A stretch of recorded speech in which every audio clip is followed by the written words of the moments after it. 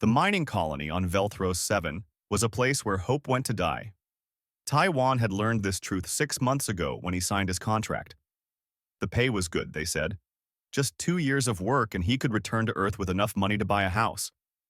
What they didn't mention was the cost to his soul. He wiped sweat from his forehead as he checked the tunnel supports. The metal beams looked weak, rusted in places they shouldn't be. Taiwan had reported this to Overseer Braxos 3 times already. Each time, the massive alien had dismissed him with a wave of his 4 arms.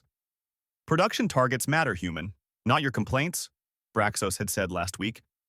Now Taiwan stood in Tunnel 7, watching other workers drill into the rock face. The mineral they extracted was valuable across the galaxy. It powered ships and stations. But here, in the depths of this alien world, it just looked like glowing purple dust that made everyone cough. Lyris was working near the far wall. Taiwan had noticed the young alien before. The Velkans were easy to spot with their smooth, scaled skin that shimmered green and blue under the work lights. Lyris was smaller than most workers, quieter too. The alien kept to the maintenance duties, fixing equipment when it broke down. Their eyes met briefly. Lyris looked away fast, returning to repair a drilling machine. Taiwan understood. Making friends in a place like this was dangerous. Braxos punished workers who talked too much or worked too slow. Better to keep your head down and survive? The rumble started small. Taiwan felt it through his boots before he heard it. Small pieces of rock fell from the ceiling. He looked up and his blood turned cold. "Everyone out!" he shouted. "The tunnel is collapsing." Workers dropped their tools and ran. Taiwan pushed 2 slower workers ahead of him, urging them toward the exit. The rumble grew into a roar. The ceiling came down in huge chunks of stone and metal. Dust filled the air, making it impossible to see. Something heavy hit Taiwan's shoulder and knocked him down. He tried to stand, but his leg was pinned under a fallen beam. More rocks fell around him. He could hear screaming, then nothing but the terrible sound of the mountain breaking apart. When the shaking stopped, darkness surrounded him. Taiwan's emergency light flickered on his helmet. He was trapped in a small pocket of space. The beam across his leg was too heavy to move. He could feel warm liquid running down his face. Blood. Probably. Worse than the pain was the sound of water. Somewhere above, the collapse had broken through to an underground reservoir. The toxic water used in mining operations was flooding into the tunnel. Taiwan could see it pooling around him, glowing faintly purple in his helmet light. He activated his communicator. "This is Taiwan in Tunnel 7. I'm trapped and water is rising. I need help." Static answered him. Then Braxos's voice came through, cold and uncaring. "Tunnel 7 is a total loss. Rescue operations are too expensive. We're sealing this section." "There are people alive in here," Taiwan shouted. "Acceptable losses," Braxos replied. "Your contracts included death clauses. The company has no further obligation." The communication cut off. Taiwan stared at his radio in disbelief. They were going to let him die. Let all of them die just to save money. The water was up to his waist now.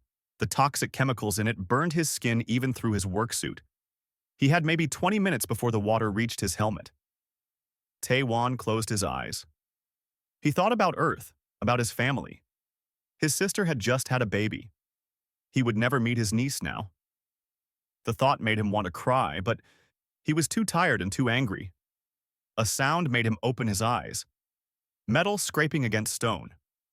Someone was digging through the rubble. "Hello?" Taiwan called out. "Is someone there?" "Stay still. I'm coming." The voice was high and musical. "Lyris. Lyris, you need to leave. They're sealing the tunnel." "I know. That's why I must hurry." The scraping continued. Taiwan could hear machinery working, cutting through the collapsed debris. The water was at his chest now. He was shaking from the cold and the chemical burns. A small opening appeared in the rubble. Lyris's face pushed through, scaled skin covered in dust and scratches. The alien's large eyes were wide with determination. "I need you to pull when I lift," Lyris said. "You can't lift that beam. It's too heavy." "I have a hydraulic jack. On 3. 1, 2, 3. The beam lifted slightly. Taewon pulled with all his remaining strength. His leg came free, screaming with pain. Lyris grabbed his arms and dragged him through the small opening. The water rushed after them. They crawled through a makeshift tunnel that Lyris had cut using maintenance equipment. The alien had somehow carved a path through meters of collapsed rock. Taewon's leg wouldn't support his weight, so Lyris pulled him along, the smaller alien showing surprising strength. Fresh air hit Taewon's face. They emerged into the main corridor. Other workers stared in shock. Behind them, the tunnel groaned and collapsed completely, sealing off the flooded section. Taewon lay on the cold floor, breathing hard. Lyris knelt beside him, checking his injuries. The alien's hands were burned badly from the toxic water. "You saved my life," Taewon said. "It was the right thing to do," Lyris replied simply. Heavy footsteps approached. Braxos stood over them, his forearms crossed. Two security guards flanked him. "Lyris of Velka, you are charged with destruction of company property and disobeying direct orders. The equipment you used to breach that tunnel was worth more than you'll earn in 10 years. "A life was at stake," Lyris said quietly. "An acceptable loss, as stated in Section 12 of the labor contract. You will be sold to a mining operation in the Outer Rim to recover the company's losses." "No," Taewon tried to sit up. "Lyris saved my life and destroyed valuable equipment doing so. Security, take the Velkan away." Taewon's hand moved to his helmet, fingers finding the small recording device built into it. All workers had them for safety documentation. He had recorded everything. The warnings he'd given about the tunnel, Braxos's dismissal, the order to abandon survivors, everything. As security grabbed Lyris, Taewon connected his device to his communicator. With the last of his strength, he activated the emergency beacon that sent directly to Earth. The transmission would take days to arrive, but it would get there. A full recording of what happened here. Braxos noticed too late. "Stop him!" But the transmission was already sent. Taewon collapsed, watching as they dragged Lyris away. The alien looked back once, and Taewon saw no regret in those large eyes. Only the same quiet determination. A medic arrived to treat Taewon's injuries. As consciousness faded, he had one thought. He had sent the truth to Earth. What happened next was up to his people. He just hoped they cared enough to act. In the cold corridors of the mining colony, Lyris was taken to a detention cell. The alien sat quietly, nursing burned hands, unaware that a simple act of kindness had just changed the fate of an entire species. On Earth, millions of light years away, a message was beginning its long journey home. And when it arrived, the galaxy would learn what it meant to save a human life. The message from Velthros 7 reached Earth on a Tuesday morning. It bounced through 3 relay stations before arriving at the United Terran Council headquarters in Geneva. A junior communications officer named Han Sol was the first to see it. He watched the footage once, then immediately called his supervisor. Within an hour, the video was in front of Chairman Sang Ho. The chairman sat in his office, watching the recording for the 3rd time. He saw the tunnel collapse, heard Braxos declare the trapped workers acceptable losses, watched as the small alien risked everything to save Taewon, then saw the cruel aftermath as Lyris was arrested for the crime of caring.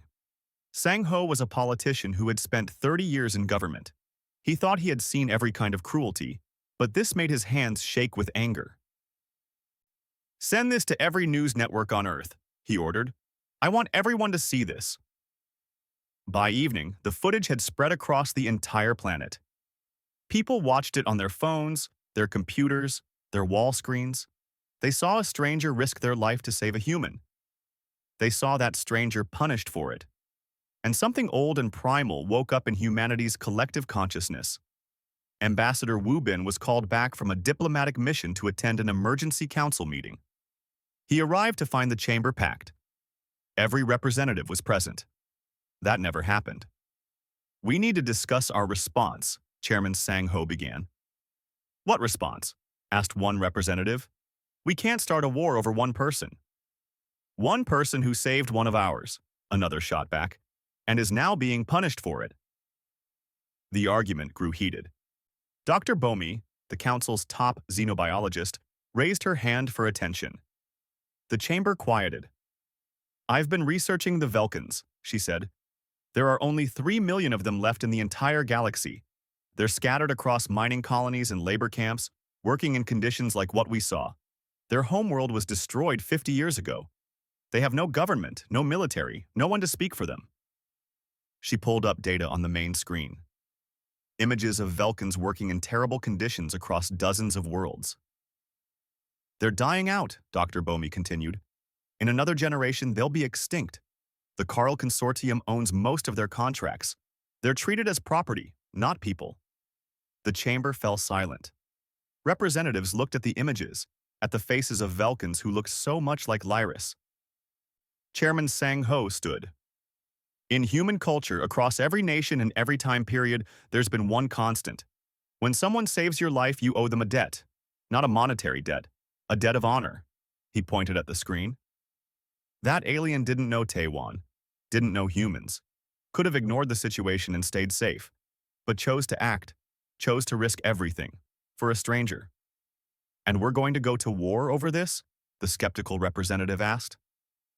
"We're going to honor a debt," Sang Ho replied. "There's a difference." The vote was called. Every hand in the chamber rose in agreement.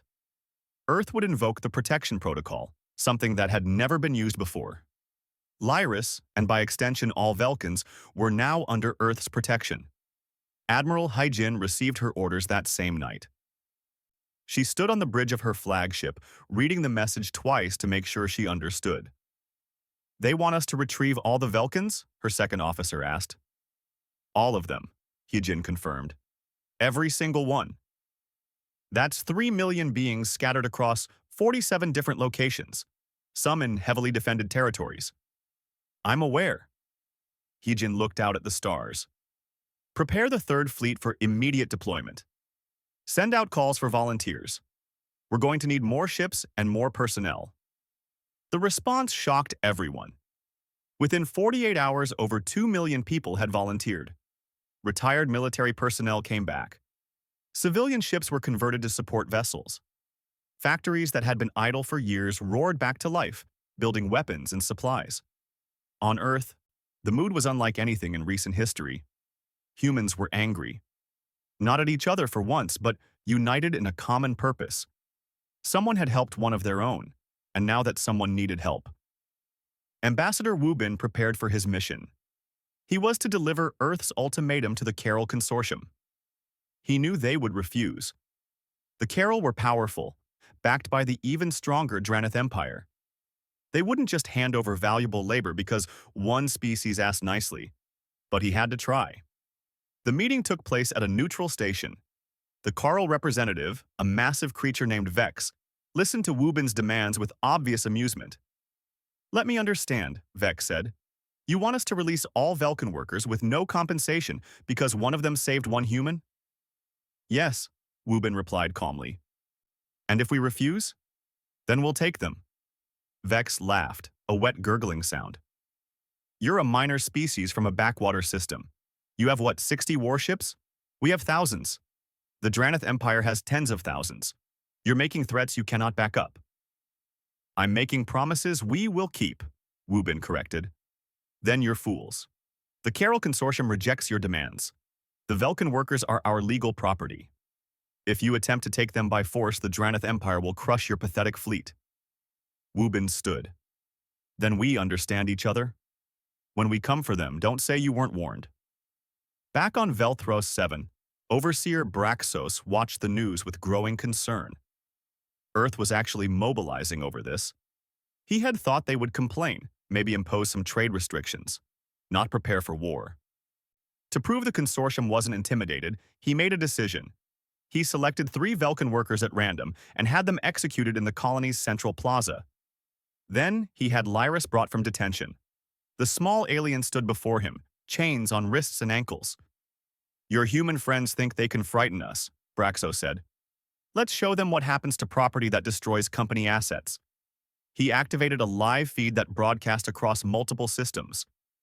Then he began Lyris's punishment. The alien endured it in silence, those large eyes never showing fear, only that same quiet determination. On Earth, people watched the broadcast in horror and rage.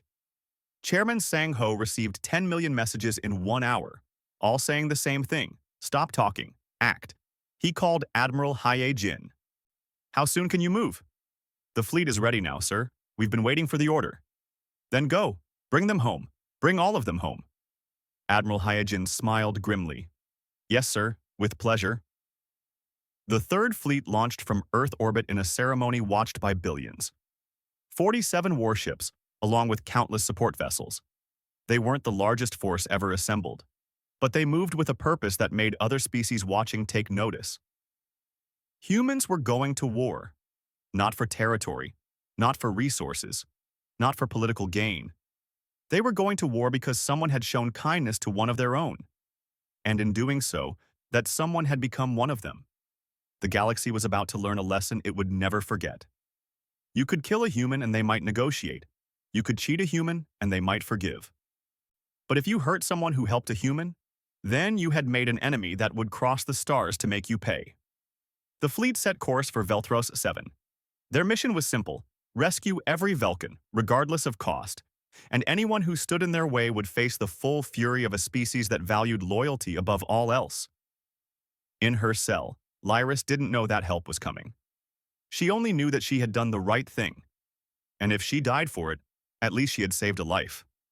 That was enough. But Earth disagreed. Earth was coming, and they were bringing war. The Third Fleet crossed through deep space at maximum speed. Inside the flagship's ready room, Admiral Hye-jin briefed her officers on the operation. Velthros 7 has minimal orbital defenses, Lieutenant Ne-young reported. They rely on the Dranith Empire's protection. They never expected anyone to actually attack a mining colony. How many Velkans are on the planet? Captain Jamin asked. He commanded the 1st Drop Division, the Marines who would lead the ground assault. 417, according to our intelligence, Dr. Bomi answered. She had joined the fleet as an advisor. Most are held in work camps around the mining operations.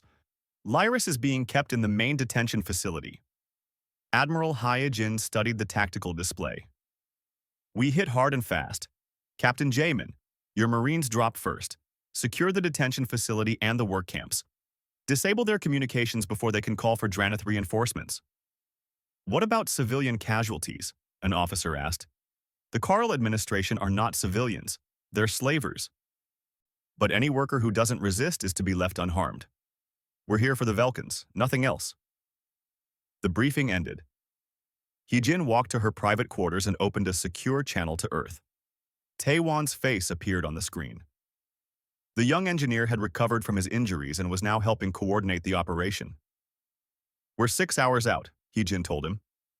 I've mapped out the colony's layout from memory, Taewon said. Sending you the updated files now. The detention facility has guards at all entrances, but the ventilation system is poorly monitored. I've included access codes I managed to steal from the maintenance database. Good work. Once this is done, you're coming home. Taewon shook his head. Respectfully, Admiral, I'm requesting to stay. The Velkans will need someone who knows them, who they trust. I want to help with the resettlement. Hye-jin smiled. Approved. Try not to get yourself trapped in any more collapsing tunnels. I'll do my best, ma'am. On Velthros 7, Overseer Braxos was having his evening meal when the alarm started. He rushed to the control center and stared at the displays in disbelief. 47 ships just dropped out of faster-than-light travel, his security chief reported. They're human vessels. 47? That's their entire fleet. Are they insane? They're broadcasting a message on all channels. Braxos activated the audio. Admiral Hye-jin's voice filled the room, cold and clear. This is Admiral Hye-jin of the United Terran Council. We are here to retrieve all Velkan workers currently held by the Carl Consortium. Surrender them immediately, and no harm will come to you. Resist, and we will take them by force. You have 10 minutes to respond. Braxos laughed. They think they can threaten us? Contact the Dranith Empire. Tell them we need immediate support. Sir, our communications array just went offline. We can't reach anyone. What? How? The answer came as explosions rocked the colony. Human ships had launched precise strikes on communication towers and defensive installations. The colony's few weapons platforms were destroyed in seconds. "Drop pods incoming," someone shouted. Captain Jamin rode in the first wave. 300 Marines in powered armor hit the ground like meteors. They moved with practiced efficiency, securing key locations. The Coral security forces tried to mount a defense but were overwhelmed in minutes.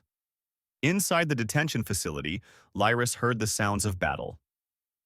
The guards had run, leaving prisoners locked in their cells. The building shook as something heavy landed on the roof. Marines breached through every entrance simultaneously. They moved through the corridors, breaking open cells and freeing prisoners. A young Marine named Dongwu reached Lyris's cell first. "Are you Lyris?" he asked in careful Velkin. The alien nodded weakly. Days of torture had left Lyris barely conscious. "We're taking you home," Dongwu said gently. He cut through the chains and lifted the small alien carefully. "Admiral's orders. Your family now." Outside, the operation was proceeding faster than planned. The work camps fell without significant resistance. Taiwan, wearing a protective vest and carrying nothing but a medical kit, moved through the camps identifying Velkans and coordinating their evacuation. "Taiwan," a familiar voice called. It was another human worker he knew, a woman named Jiwan. The overseers locked themselves in the administrative building. "They have explosives. They're threatening to blow it up." "Are there any Velkans inside?" 6. Cleaning staff who were working when the attack started. Taiwan ran toward the building. Captain Jamin tried to stop him. "I can handle this," the Marine said. "They know me. Let me try talking first." Jamin hesitated, then nodded. 2 minutes, then my team goes in." Taiwan approached the building alone, hands raised. "Overseer Vec, this is Taiwan. I want to talk." A quarrel appeared at a window. "Stay back, human. We have hostages." "I know. That's why I'm here. Let the Velkans go and we'll let you leave safely." "You're lying. The moment we surrender, you'll kill us." "We're not here to kill anyone. We're here for the Velkans, that's all. You can verify that. Your guards are all alive and unharmed. We just want to take the Velkans and leave." There was a long silence. Then the door opened. The 6 Velkans were pushed out. Taiwan helped them to safety. The Coral overseers followed, hands raised. Captain Jamin's Marines took them into custody without violence. At the main landing zone, Admiral Hyjin oversaw the evacuation. Velkans were being loaded onto transport ships, each one receiving medical attention and warm blankets. The operation had taken less than 3 hours from start to finish. A Marine approached, carrying Lyris. "Admiral, this is the one from the video." Hyjin's expression softened.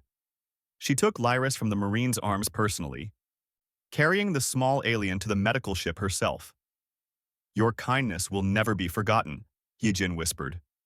Lyris's eyes fluttered open. "The others?" "All 417 Velkans are safe.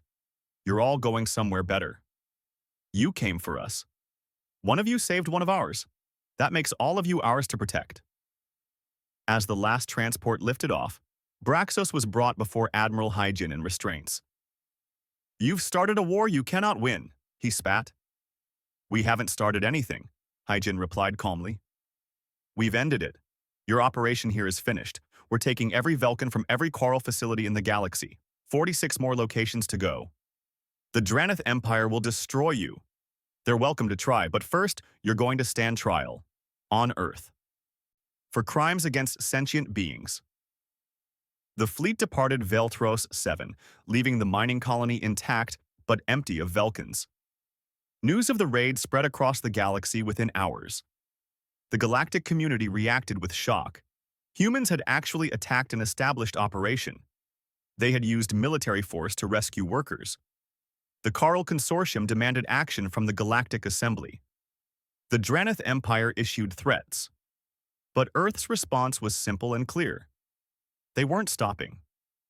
Over the next weeks, the Third Fleet, now joined by additional human ships, systematically visited every location where Velkans were held. Some facilities surrendered immediately. Others tried to resist. The result was always the same. The Velkans were freed. Elder Yuna, the oldest living Velkan, was rescued from a factory world. She met with Admiral He-jin aboard the flagship. "Why are you doing this?" Yuna asked. "We are strangers to you." "One of your people saw a stranger in danger and chose kindness," He-jin replied. "That person is now one of us, which makes all of you one of us. We protect our own." Yuna's eyes filled with tears. "Our people have been scattered and enslaved for 50 years. We thought we would die forgotten. And now you cross the stars for us. Your people will never be forgotten again. I promise you that." But the Dranath Empire had finally had enough. They viewed Earth's actions as a direct challenge to the galactic order. If one minor species could raid established facilities and rescue workers, it would inspire others. The Empire could not allow that. The 7th War Fleet was deployed with orders to blockade human operations and force Earth to surrender. It was the largest military force the Dranath had mobilized in a century. 20,000 warships against Earth's growing but still small fleet. When the news reached Earth, people didn't panic. They prepared. More volunteers enlisted. More ships were built. More resources were allocated to the military. Chairman Sang-ho addressed the planet. "The Dranath Empire thinks we'll back down when faced with superior numbers. They don't understand humanity. We don't fight for conquest or glory. We fight for each other. And that includes the Velkans, who are now and forever our brothers and sisters. So let the Empire come. Let them test our resolve. They'll learn what it means to threaten our family." The two fleets moved toward an inevitable confrontation. The galaxy watched and waited. Most expected Earth to be crushed. A few wondered if humanity might surprise everyone. In her recovery room, Lyris watched the news broadcasts. Taewon sat beside her. "You should never have come," Lyris said softly. "You're risking everything for us." "You risked everything for me," Taewon replied. "This is just returning the favor, human style." The Krell Expanse was a region of space where 3 star systems met, creating a natural crossroads. It was here that Fleet Admiral Kyung-soo chose to make his stand. The supreme commander of all Terran forces had arrived with every ship Earth could spare. 112 warships against the Dranath Empire's 20,000. On paper, it was suicide. In reality, humans had never been good at math when it came to protecting their own. Kyung-soo stood on the bridge of the massive carrier Incheon, watching the enemy fleet approach. They came like a swarm, filling his tactical display with red markers. His second officer, a veteran named Min Seo, stood beside him. "They're hailing us," she reported. "Put it through." The screen showed Archon Velrith, supreme leader of the Dranath Empire. The alien was impressive, nearly 3 meters tall with crystalline armor that grew from his own body. "I am Archon Velrith. You will stand down immediately and surrender all Velkan workers you have illegally seized. You will also pay reparations for damages to Carl Consortium property." Kyung-soo smiled coldly. "I am Fleet Admiral Kyung-soo. Your terms are rejected. You face 20,000 ships with barely over 100. Surrender now and I will spare your crews. A human was saved by an act of kindness.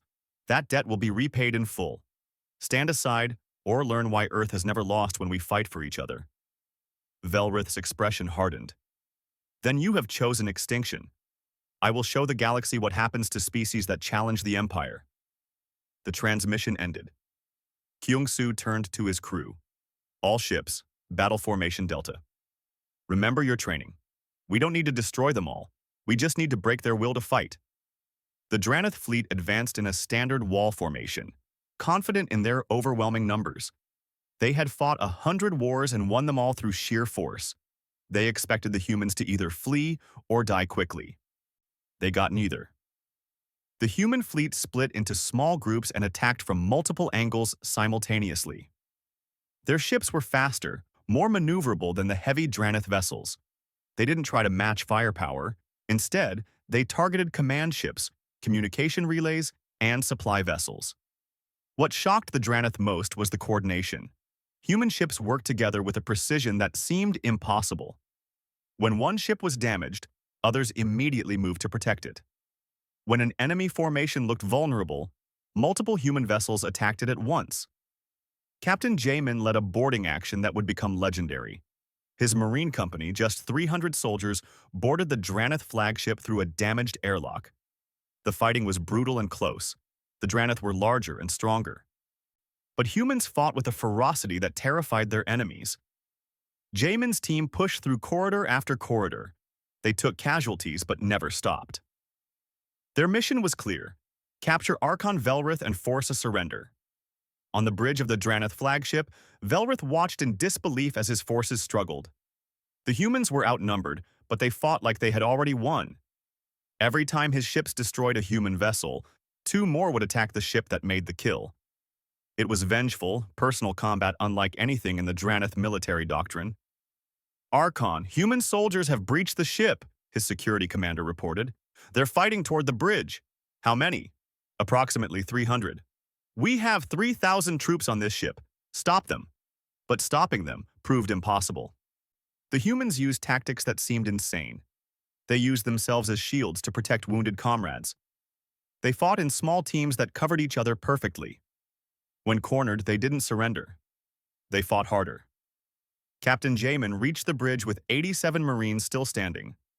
They had fought through 15 decks of the massive ship. He planted a breaching charge on the bridge door and stepped back. The door exploded inward. Marines poured through, weapons ready. Velrith stood in the center of the bridge, his personal guard around him. "Surrender," Jamin ordered. "I am Archon of the Draneth Empire. I do not surrender to inferior species." "Then you die here. Your choice." Velrith's guard attacked. The fight lasted 30 seconds. When it was over, half of Jamin's remaining Marines were dead or wounded. But all of Velrith's guards were down. The Archon himself stood alone, his crystalline armor cracked and broken. "You fight like madmen," Velrith said. "We fight for family," Jamin replied. "Now, order your fleet to stand down." What happened next shocked everyone watching. Velrith refused to abandon his bridge crew, insisting they be treated as well. It was a concept humans understood completely. Loyalty to your people, even in defeat. Jamin respected that. He had the wounded Draneth treated alongside his own Marines, and when Velrith saw human medics working desperately to save Draneth lives, treating enemy soldiers with the same care as their own, something changed in his eyes. The battle in space was turning. The Draneth had superior numbers, but human tactics were devastating their command structure. More importantly, the Draneth were starting to fear. They had never faced an enemy that seemed to value each individual life so highly yet fought with such ferocity. At the Galactic Assembly, Ambassador Wubin had been presenting Earth's case for hours. The council chambers were packed with representatives from hundreds of species. Most had dismissed his arguments. Until the battle reports started coming in. Counselor Ix, a neutral mediator, listened as Wubin showed footage of Lyris's rescue alongside evidence of systematic Velkan abuse. "The Velkans are dying," Wubin said. 3 million beings, the last of their species, treated as property. One of them chose kindness over safety. Chose to save a stranger. And for that act, we are prepared to fight the entire galaxy if necessary. "You would risk your entire species for 3 million aliens?" a representative asked. "We would risk everything for one alien who showed us who they truly are. A person who values life over personal safety. That's the kind of being we choose to call family." Dr. Bomi stepped forward with her research. In human culture, across every nation and time period, saving a life creates bonds that transcend blood. The person who saved Taiwan became his sister. All Velkans became our siblings. This isn't politics. This is family. The chamber erupted in debate. Some species found the concept beautiful. Others found it dangerous.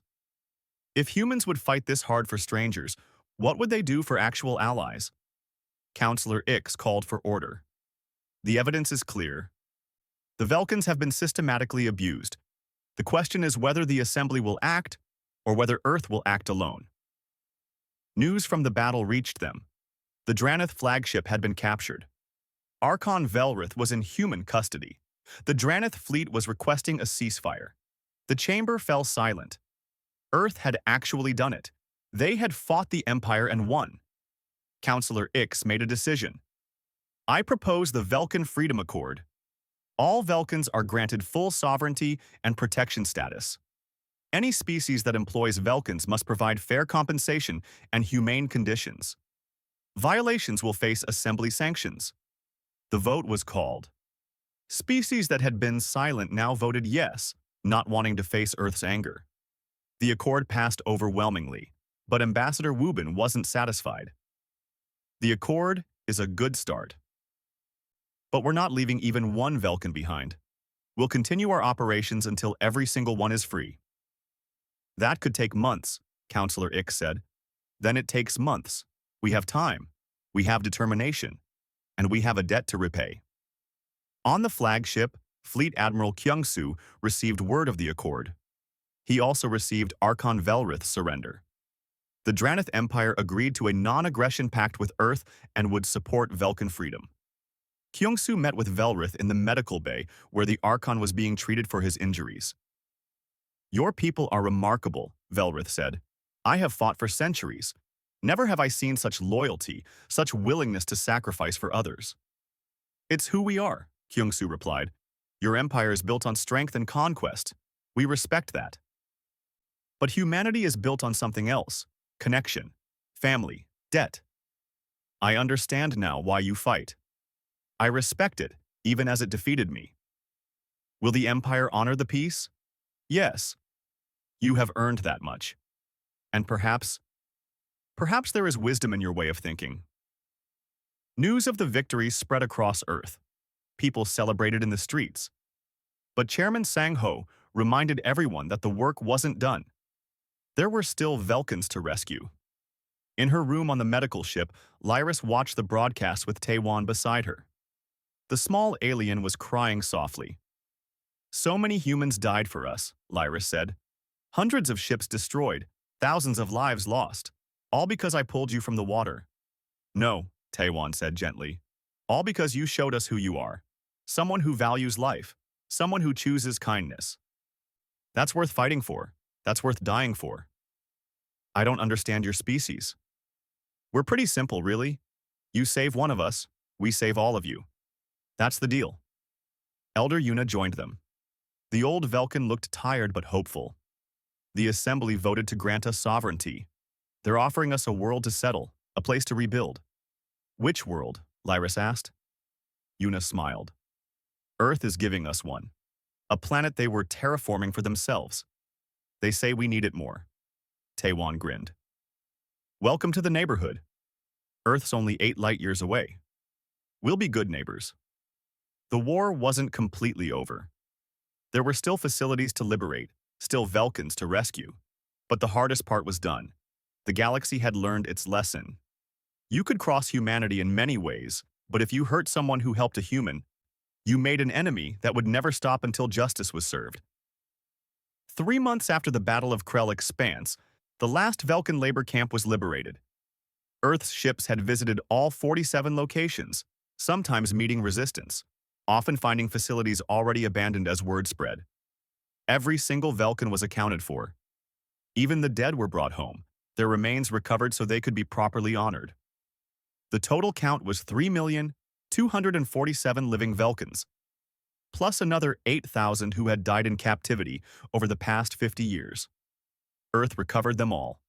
The planet designated as New Velka was perfect. It orbited a stable yellow star, had breathable air, abundant water, and rich soil. Earth had been preparing it for human colonization when the war started. Now, transport ships filled with Velkans descended through the atmosphere toward their new home. Lyris stood at the viewport of the lead ship, watching the green and blue world grow larger.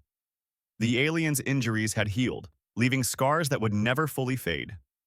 But Lyris stood straight and strong, no longer the frightened worker from a mining colony. How does it feel? Taewon asked. He stood beside Lyris, wearing the uniform of Earth's first ambassador to New Velka. Like a dream, Lyris replied. I keep thinking I'll wake up in that cell. You're awake, and you're home. The ships landed in a valley where Earth had already constructed temporary shelters and facilities. Velkans emerged from the transports, many seeing their first sky in years. Children who had been born in captivity touched grass for the first time. Elders wept at the sight of so much open space. Admiral Heejin personally escorted Elder Yuna down the ramp. The old Velkin knelt and placed her hands on the soil, tears streaming down her scaled face. "We thought our species would die in cages," Yuna said. "Now we stand on our own world, under our own sky. How do we thank you for this?" "You already did," Heejin replied. "One of your people showed us kindness. That was thanks enough." Over the following weeks, the settlement took shape. Earth provided construction equipment, agricultural supplies, medical facilities, and teachers. Humans worked alongside Velkins to build houses, plant crops, and establish infrastructure. Taiwan threw himself into the work with dedication that surprised even himself. He coordinated between human engineers and Velkin planners, making sure the new civilization reflected Velkin culture and needs rather than being a copy of Earth. But not everything was smooth. Some Velkins struggled with the transition. 50 years of slavery had left deep scars. Many didn't know how to make decisions for themselves. They waited for orders that never came, afraid of punishment for thinking independently. Dr. Bomi, who had stayed to help with the psychological transition, worked with these individuals gently. "You're free now," she told a group of young Velkins. "That means you choose where to live, what to do, how to spend your time. The choice is yours." "But what if we choose wrong?" one asked. "Then you learn and choose differently next time. That's what freedom means. The right to make mistakes and grow from them." It was a difficult lesson for beings who had been punished for any deviation from orders. But slowly, with patience and support, the Velkins began to understand. 6 months after settlement began, New Velka held its founding ceremony. Representatives from across the galaxy attended, though many came more out of curiosity than genuine support. They wanted to see what Earth had actually accomplished. A great plaza had been built in the heart of the main settlement. Thousands gathered there, Velkins and humans mixed together. At the center stood a statue that had been commissioned jointly by both species. It showed Lyris pulling Taiwan from the water, the moment that had changed everything.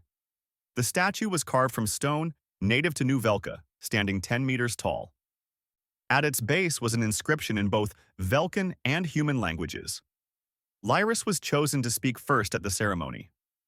The small alien stood before the massive crowd, no longer the frightened worker, but a symbol of hope for an entire species. "When I pulled Taiwan from that water, I wasn't thinking about politics or consequences," Lyris began. "I just knew that a life was ending and I could stop it. So I did. I never expected reward. I never imagined anything beyond that moment." Lyris gestured to the settlement around them. "But humans don't think small. They don't calculate cost versus benefit when it comes to protecting those they care about. One human saved became 3 million Velkins freed. One act of kindness became a war that shook the galaxy." The crowd was silent, listening. "Today, we Velkins have something we haven't had in 50 years. A home, a future, hope. And we have it because humanity chose to honor a debt that no one else would recognize. They teach us that family isn't just blood. It's choice. It's loyalty. It's standing beside those who stood beside you." Lyris turned to Taiwan, who stood nearby. "You told me I saved your life, but you saved my entire species. How does one repay that?" Taiwan stepped forward, speaking so all could hear. "You don't repay it, you honor it. By living well, by building something beautiful here, by showing the galaxy that kindness isn't weakness, that compassion isn't foolish. You honor it by being exactly who you are.